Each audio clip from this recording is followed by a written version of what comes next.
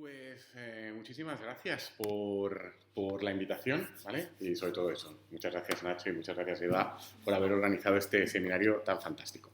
Vale, como la idea es hablar de modelo territorial y cómo el Tribunal Constitucional ha aportado a la construcción y a la decantación final de cómo es este modelo territorial y de reparto del poder en España aquí y ahora, yo, que soy profesor de Derecho Administrativo, lo voy a intentar hacer desde una perspectiva que no repita cosas que ya se han estado contando y no voy a incidir en algunas cuestiones de la jurisprudencia constitucional, aunque haré referencia a ellas, y lo que quiero es un poco contar algunas cosas al respecto que no se han dicho aún y luego hablar de una vertiente que es su proyección sobre las administraciones públicas, que creo que permite identificar quizás con más claridad si cabe algunos de los problemas que ya se han ido apuntando. La primera idea que yo quería comentar es que me ha gustado mucho cómo en las intervenciones pasadas, por ejemplo me acuerdo de la de Tomás Cuadra, se ha ido contando con bastante normalidad algo que creo que en España se olvida a veces, y es que los tribunales constitucionales están para esto, para zanjar discusiones sobre competencias y que yo incluso diría que es probablemente su función esencial e inicial frente a la retórica de las últimas décadas muy centrada en su importancia como protección y garante de los derechos humanos, que quizás en España se entendía por el trauma de la dictadura y que veníamos de la dictadura y que coincidió el momento de tener una constitución normativa con ser la primera que tenía una declaración de derechos humanos con esa aspiración y una necesidad de superar ciertos traumas, pero la idea de normatividad de las declaraciones de derechos de las constituciones es muy posterior a la aparición de tribunales que hacen funciones de control de constitucionalidad. Es posterior en los Estados Unidos, ¿no? El libro de Ackerman sobre... otro que tiene sobre la Constitución y cómo descarrila, ¿no? Lo llama The Failure of the Founding Fathers, ¿no? El fallo de los padres fundadores. Es un libro que está muy bien porque él explica cómo tenían un determinado diseño y en 15 años el diseño había reventado porque ellos habían montado una república consensual, donde no había partidos políticos, donde no había prácticamente disenso, donde la figura del presidente era una figura menor, donde, por supuesto, los tribunales no hacían revisión constitucional o control constitucional, y de repente en 15 años esto ha saltado por los aires, la figura del presidente se ha convertido en esencial como manifestación que ellos no tenían contemplada, indirecta y política, de la potencia que tiene el voto. Es decir, cuando tú dejas a la gente votar, al final el voto te acaba articulando muchas realidades jurídicas, mucho más de lo que tú crees. Pues bueno, les pasa un poco esto. Y cuenta ahí Ackerman también cómo Marbury versus Madison al final es una consecuencia indirecta de esa deriva y por eso es un pronunciamiento excepcional. Hasta 50 años después no se vuelve a producir otro. Es decir, pero en cambio en Europa, si nos fijamos en las primeras discusiones sobre control de constitucionalidad por parte de los tribunales, tienen que ver todas ellas no con derechos fundamentales, no con contenidos materiales de las normas, tienen que ver con cuestiones competenciales.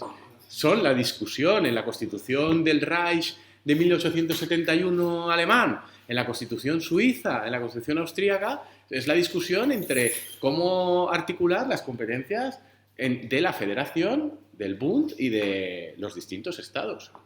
Y ahí, si os acordáis, hay toda una discusión respecto a si hay que controlar la constitucionalidad de las normas de los estados, que eso se da por hecho que los tribunales y todos los tribunales pueden, y cuando hay un posible conflicto tienen que controlar si las normas de los estados son o no acordes a la Constitución, y el debate es si además hay que controlar también la constitucionalidad de las normas del Bund, de la Federación.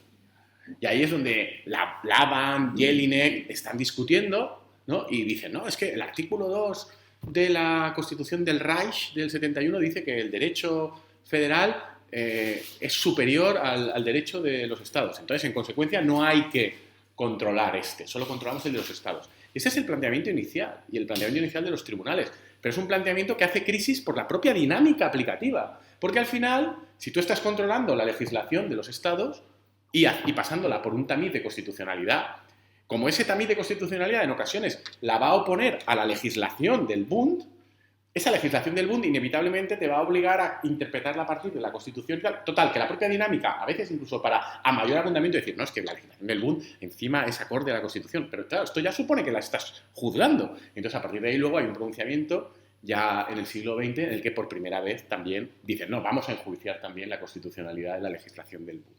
Pero claro, esto es en un contexto que es el mismo en la República de Weimar, en la Constitución de Weimar, creo que es el artículo 13, que también declara que el derecho de la federación es un derecho que está por encima, en cualquier caso, que el derecho de los estados. Pero el nacimiento de la justicia constitucional concentrada europea, hace 104 años, en el modelo de tribunal constitucional kelseniano de la Constitución austríaca de 1920, nace porque de repente hay un problema, que es que en la Constitución austríaca de 1920 no se dice que el derecho de la federación sea superior al derecho de los estados que conforman la federación. Y entonces eso requiere de un órgano distinto, porque con la discusión que traían los alemanes, como ellos intentan ser coherentes cuando construyen derecho, resulta que entonces no podías entonces dejar en manos de los tribunales que venían de esa tradición ese control, porque se basaba en la idea de que unos estaban por encima de otros. Entonces, Kelsen hace la genialidad esta de decir, no, pues vamos a crear un órgano nuevo. Esto, genialidad en el sentido además de que, pues bueno, hace la trampa de decir, esto no es un órgano judicial, porque no podía ser un órgano judicial sin quebrar toda la historia y el entendimiento del momento de la división de poderes, y es un legislador negativo. Bueno, pero que el origen del modelo de control de constitucionalidad concentrada europeo es este. Entonces, es normal que se dedique a esto. Máxime cuando las otras funciones están desapareciendo o pasando a ser muy poco importantes. El recurso amparo por la propia dejación de funciones del Tribunal Constitucional Español y por el hecho de que, como su jurisprudencia es subordinada a la de otros órganos internacionales y europeos a los que tiene que obedecer, pues bueno, pues el Tribunal Constitucional esta función no le gusta demasiado porque no es el último que decide. Entonces, al final, el Tribunal Constitucional Español está haciendo lo que es normal que haga un Tribunal Constitucional, que es dedicarse a esto. Yo podría apuntar aquí que quizás olvida que la razón de ser de un Tribunal Constitucional concentrado, como demuestra el caso austríaco frente a las experiencias suiza y alemana coetáneas, es una cierta idea de equiparación o de igualdad entre el derecho de la federación y el derecho de los estados. Que en la Constitución, no en esos términos, porque hay algunas cláusulas que decantan un poco la balanza a favor del derecho estatal, ¿no? La cláusula de prevalencia, sobre la que hemos discutido mucho, etcétera, etcétera. Pero en el fondo, la Constitución española tampoco dice que el derecho estatal esté por encima del derecho autonómico, sino que la idea rectora es que el principio que manda es el de competencia. Y por eso es necesario un órgano kelseniano para hacer esta faena. Yo creo que de esto el Tribunal Constitucional se ha olvidado. Bueno, esta es la primera idea que yo quería comentar. Segunda, me da la sensación que si nos vamos a las últimas sentencias, digo últimas, de las 2 últimas décadas, del Tribunal Constitucional respecto a modelo territorial, es evidente que junto a la discusión sobre competencias tenemos inevitablemente enhebrando toda la discusión sobre el título octavo, del que nos estaba hablando Eva, ¿no? Artículo 2 y su proyección sobre el título octavo, y esta idea de si esto está abierto o no, si esto es un debate, ¿cómo lo llaman? Simetría. No. Compromiso apócrifo, ¿no? Exacto, perdón. No, el compromiso apócrifo, si es un compromiso apócrifo. Vale, bueno, a mí me parece, y una cosa que me molesta, dado que estamos ya un poco en petit comité, creo que puedo hablar de las cosas que me molestan de la doctrina jurídica española, es la de trampas que nos hacemos a nosotros mismos. Me enfadan mucho. Entonces yo creo que para que el derecho sea útil, tiene que cumplir 2 funciones básicas mínimas, y si no las cumple es completamente inútil. La primera es que no sea tramposo, que no haga trampas, o que si las hace que no sean muy evidentes. Pero es que si son muy evidentes pierde toda su capacidad legitimadora del sistema de toma de decisiones. Y la segunda es exigirle un mínimo de rigor y coherencia que permita entender que a partir de los postulados jurídicos hay reglas que te permiten más o menos, y al menos en algunos casos, prever cuál es la decisión y si algo puede ser considerado admisible o inadmisible, constitucional o inconstitucional. Si no, no sirve de nada. Si no, estamos hablando de una pura tramoya para legitimar o no decisiones del poder y de quien manda en cada momento, ¿no?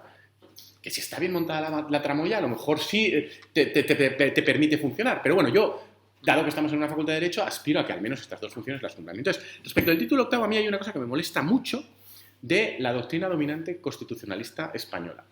Y es que a la vez digan y sigan diciendo por escrito que el título octavo es la demostración de que la Constitución no impone un determinado modelo de distribución del poder territorial, sino que lo deja abierto a la decisión del legislador ordinario en su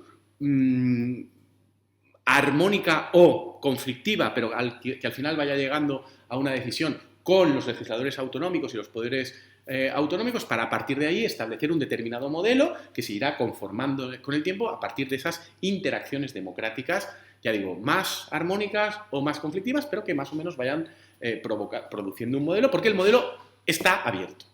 Y esto es algo que yo he leído en todos los libros de Derecho Constitucional, se lo oigo todavía hoy a mis colegas de Derecho Constitucional y lo repiten constantemente, te hablan del jurista persa y la perplejidad del jurista persa y como, claro, es que lo que dice la Constitución no tiene nada que ver con el desarrollo porque como esto está abierto y depende de tal... Va. Y a la vez tener al Tribunal Constitucional, que en la sentencia 31/2010 dice claramente que de abierto nada, que hay una serie de cosas y no pocas que no se pueden dejar a esa deliberación democrática de los distintos pueblos de España, que a través de sus propuestas de estatuto, que luego van a Madrid y se votan en Madrid, vayan conformando un determinado modelo. Y no porque, que es lo mejor en el sentido de más grave y más contradictorio a mi juicio de esa sentencia, y no porque diga, es que esto que tiene este Estatuto de Autonomía, en concreto el de Cataluña de 2006, es contradictorio con otras normas estatales que forman parte de ese proceso de decantación y que en consecuencia entendemos que como no son compatibles, hemos de entender que es inconstitucional el estatuto. No, dicen, es que si en el futuro hay normas estatales, ya tampoco valdrá. Es que si yo en el futuro cambio mi interpretación, llega a decir la 31 de 2010, tampoco valdrá. Con lo cual, en la práctica, usted lo puede tener en vigor si quiere y si le hace ilusión, pero que yo diga que esto le permito que se quede en vigor no significa que en el futuro no le vaya a decir que ya no vale de nada. Es decir, está diciendo que no vale nada. Eso no es un modelo abierto.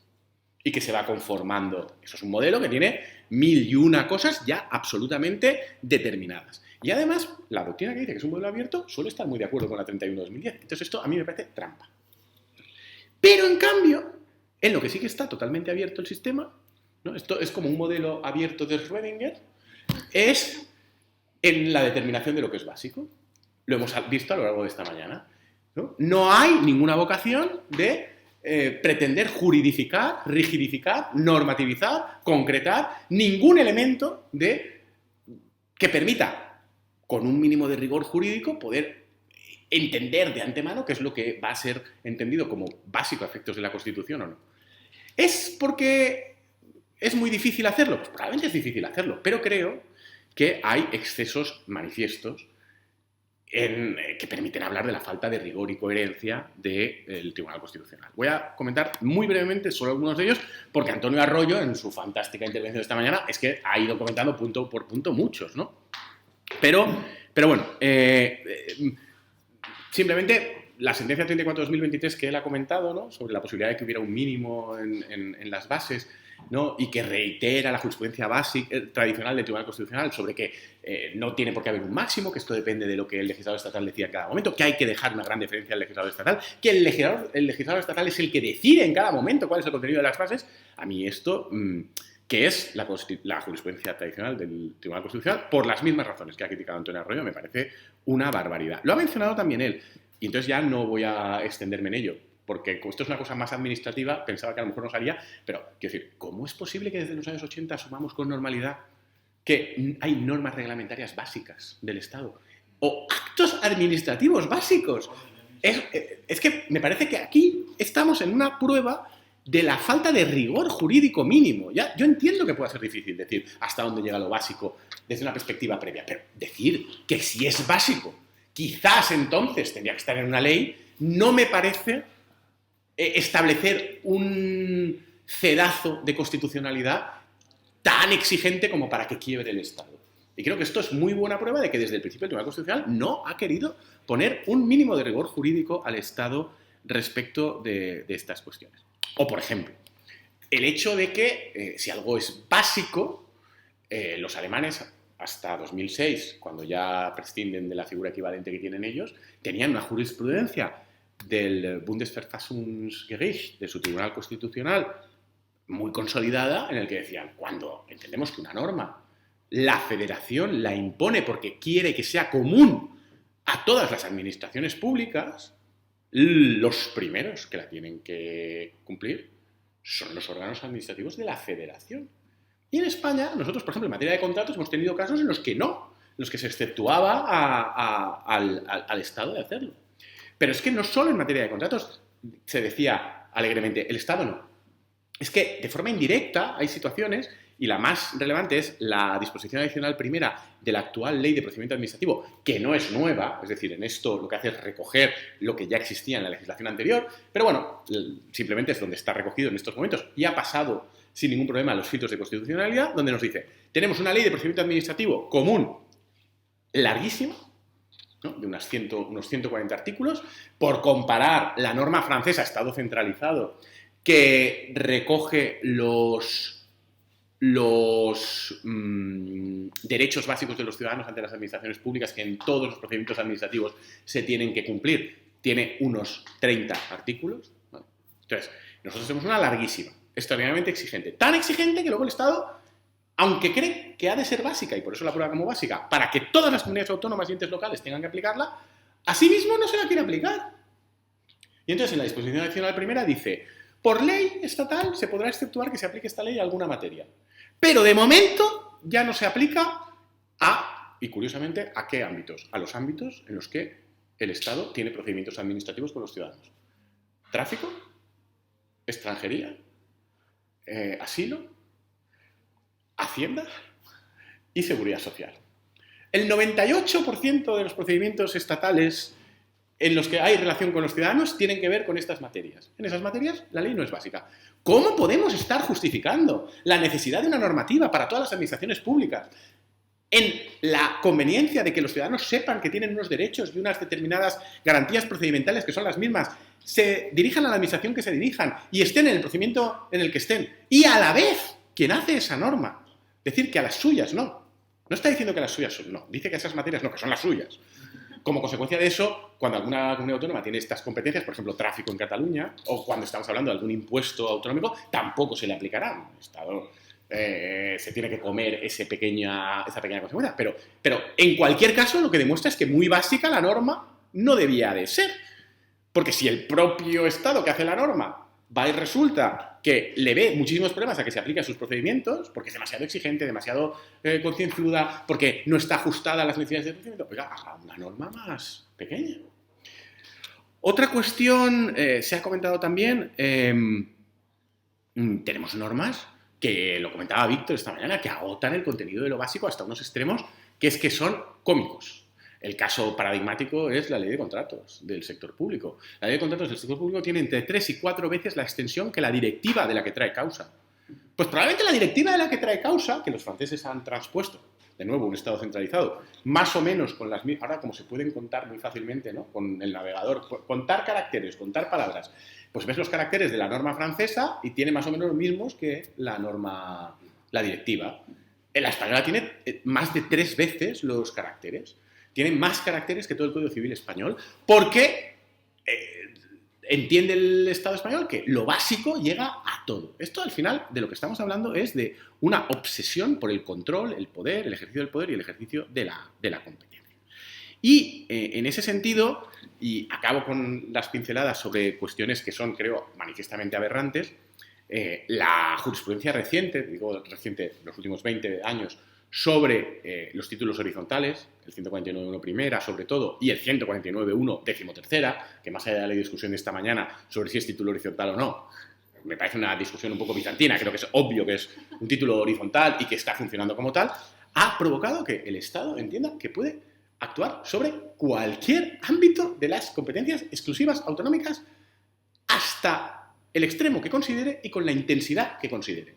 Y decía Tomás Cuadra, si probablemente no tiene ningún sentido que los horarios comerciales estén así regulados, y yo entiendo que, pero es que lo que él entienda da igual. La cuestión es que el Estado lo regula y el Tribunal Constitucional valida que esto es básico y sin ningún problema. Yo, simplemente sobre esto, quiero poner otro ejemplo de lo que creo que es una abierta incoherencia jurídica y que en consecuencia creo que a esto habría que ponerle freno y decir que no puede ser. Y es la consideración en esta jurisprudencia reciente de que el 149.1 primera puede estar conectado con derechos no del capítulo segundo del título primero, sino derechos del capítulo tercero, que son principios rectores y que el Tribunal Constitucional, a la vez que te dice que a estos efectos cuentan como derecho y entonces permiten extender más aún si cabe esa competencia horizontal, te está diciendo que para otras muchas cosas no tienen la consideración de derechos. Yo os cuento en esto una anécdota personal que a mí me maravilló y que viví un poco de cerca, que fue cuando la Ley Valenciana Primera de Derecho de Vivienda del Gobierno del Botànic de 2016, el Gobierno del Estado entiende que hay muchísimos vicios de constitucionalidad. Hay un informe de la Abogacía del Estado que nos remiten para que valoremos, para intentar llegar a un acuerdo en la famosa comisión.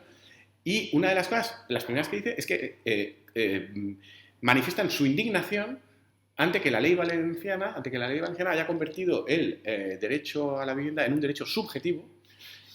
Y es verdad que en el preámbulo nosotros vinculábamos ese derecho subjetivo a lo que considerábamos que era una consideración equivalente a la de derecho fundamental en el capítulo tercero del título primero de la Constitución, por interposición de una jurisprudencia del Tribunal Europeo de Derechos Humanos que a nuestro juicio considerábamos que permitía entender que el artículo 43 de la Constitución podía haber adquirido una visión de cuasi derecho fundamental, pero que en todo caso la Comunidad Valenciana decidía legislar y convertirlo en derecho subjetivo, y daba igual si era fundamental o no, pasaba a ser un derecho subjetivo en la Comunidad Valenciana. Entonces, había páginas enteras dedicadas a decirnos que esto era una barbaridad jurídica, y a continuación, en la siguiente página, decían, por cierto, dado que el derecho a la vivienda es un derecho fundamental, las condiciones de ejercicio del mismo tienen que ser comunes en todo el Estado vía artículo 149.1 primera, y uno ya pues no entendía nada. Creo que esto es muestra de poco rigor jurídico. Yo lo único que quiero es que si uno...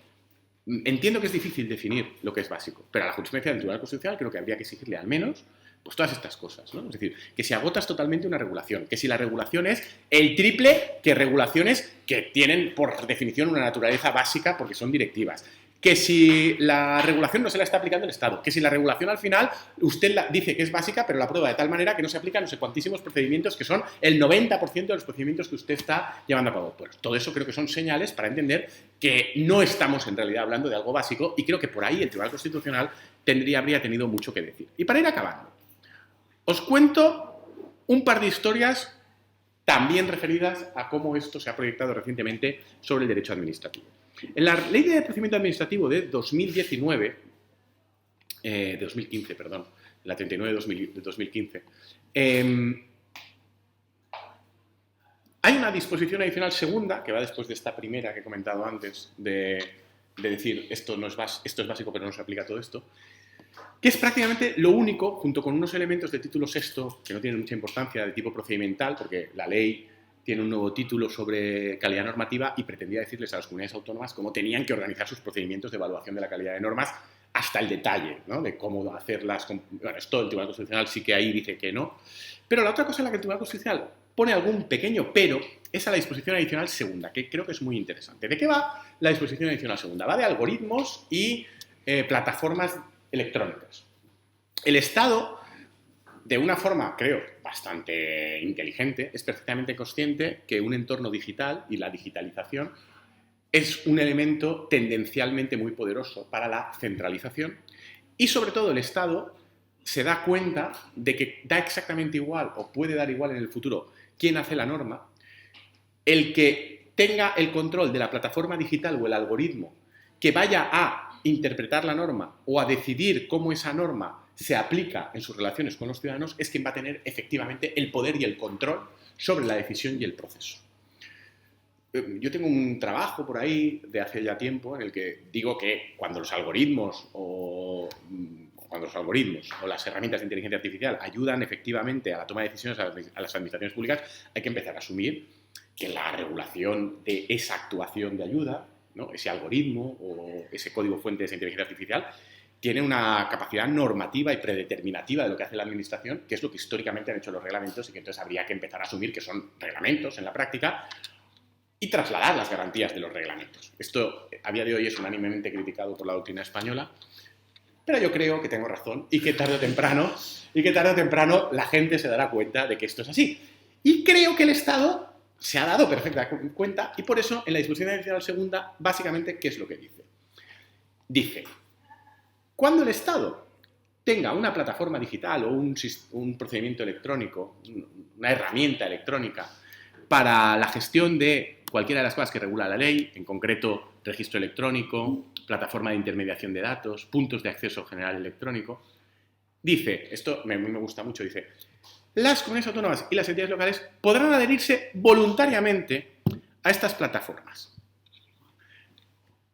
Voluntariamente es una expresión jurídica que en España significa que tienes que hacerlo, ¿vale?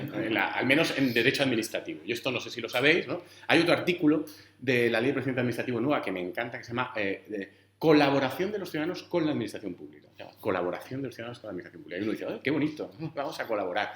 Y luego entra en el artículo y dice, los ciudadanos deberán hacer lo que la administración les indique en todos estos casos, que básicamente son todos, salvo si hay una afección a un derecho fundamental, y ni así. Bueno, pues entonces, ¿en qué consistía la voluntariedad? Luego lo dice el artículo. Dice, esta adhesión voluntaria, dice, no, la no adhesión, o sea, primero era voluntario, y luego dice a continuación, la no adhesión deberá justificarse en términos de eficiencia, conforme al artículo 7 de la Ley 2/2012 de Estabilidad Presupuestaria y Sostenibilidad Financiera. Claro, uno se va a ese artículo, y básicamente ese artículo lo que dice es que uno tiene que pedir permiso al gobierno del Estado para no hacerlo. Y además justificar que es que está ahorrando dinero por no hacerlo. ¿Vale? Dice el artículo, si una comunidad autónoma o ente local justifica correctamente ante el Ministerio que puede prestar el servicio de un modo más eficiente, de acuerdo con los criterios del párrafo anterior, y opta por mantener su propio registro o plataforma, entonces hay que cumplir con requisitos de interoperabilidad. Vale.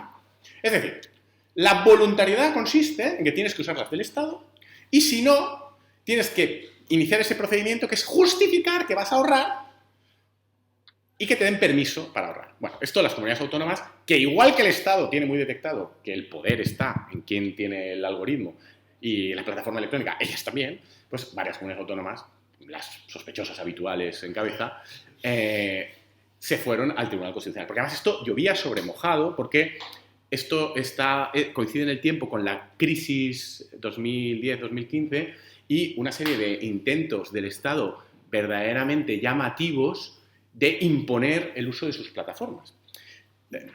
Que tienen tanto más mérito como cuanto que si tienes una plataforma electrónica que funciona bien, la gente la usa. Por ejemplo, la plataforma de contratación del Estado no funciona mal y todas las administraciones públicas la usan porque no les viene mal, ¿no? Pero había una que era un desastre, que funcionaba fatal, que se llamaba de facturas electrónicas con los proveedores, funcionaba muy mal. Entonces, la mayor parte de las comunidades autónomas, incluso las no sospechosas habituales, no querían usarla y desarrollaron algunas propias o contrataron en el mercado otras que les funcionaban mejor para gestionar las facturas con sus proveedores. Esto el Estado no quería que hicieran. Entonces, ¿qué hizo el Estado? Cogió los fondos de... ¿Cómo se llamaban estos de la crisis? Los Next Generation. ¿Cómo? No, los anteriores. Sí. ¿Cómo se llamaban? ¿Qué? ¿Qué? El plan E. No, el plan no. Uy, se me ha olvidado el nombre. Estos fondos que te daban para poder pagar las nóminas. Y que tenías que... El fondo de el FLA. El FLA, exacto, el FLA, ¿no? Entonces, te decían, si usted quiere que le demos FLA, tiene que a la vez firmarnos un convenio de que se mete en e-factura. Entonces, todas las comunidades autónomas, menos el País Vasco, que fue la única y Navarra, que no tenían necesidad de FLA, están en e-factura por esta vía. Es decir, el Estado tiene muy claro que quiere que se usen y entonces por eso aprueba esta disposición adicional. Pero las comunidades autónomas tienen muy claro que esto les quita de facto su competencia. Entonces, ¿qué dice el Tribunal Constitucional en la sentencia 55/2018? Y me parece interesante, porque es una de las pocas sentencias recientes en las que el Tribunal Constitucional, por decirlo así, ha parado un poco esta vorágine centralizadora. Dice, esto es manifiestamente inconstitucional, al menos por 2 razones. La primera, porque usted está definiendo la obligación de que las comunidades autónomas usen esos medios del Estado a partir de un criterio de eficiencia que, tal y como usted define el Estado, no puede ser el criterio que determine las decisiones que han de ser libres y autónomas de una comunidad autónoma que tiene reconocida autonomía en la Constitución para la gestión de sus intereses y sus procedimientos, que menos que ni siquiera puedas hacer tu autoorganización procedimental según tú consideras, no puede ser un criterio de eficiencia basado únicamente en el coste per cápita o per unidad procedimental.